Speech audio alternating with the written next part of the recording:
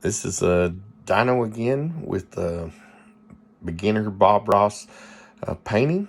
I'm not going to call it tutorial because this is my first time, and so we're just going to call it happy accidents, I guess.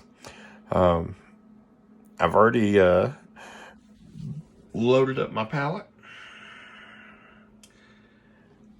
and I found me something to put a little bit of the white in to cover up my painting, and I'm going to start with that. I will say that, let me show you this palette again.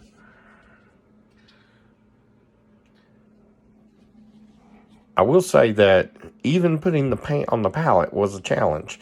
The little tubes, it's a little oily on some of them coming out. But I first was taking a brush and dabbing it with the white and the yellow. And I don't know if the darker colors are thicker or I just figured out a better technique. But what I actually did was I took it off, held the paint vertical to the board, pushed it almost touching, and began to push it out and lift it so that it adhered to the board.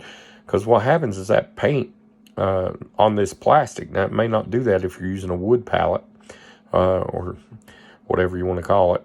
But anyhow, if you're using that, then it may not do that.